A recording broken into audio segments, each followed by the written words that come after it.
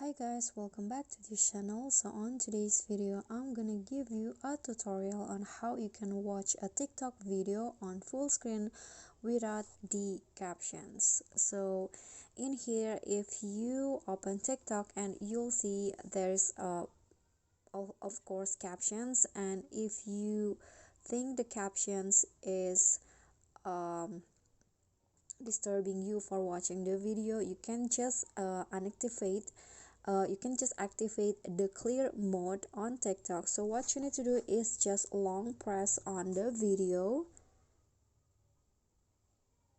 and in here there will be a clear mode. So I cannot click on it because I have my screen recorder on, but if you're not, you can just click on the clear mode, and then after that you can watch the video on full screen without the caption and also this panel in here.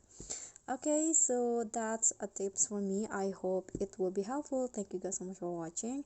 Don't forget to like, comment, subscribe, and also click on thanks. Bye.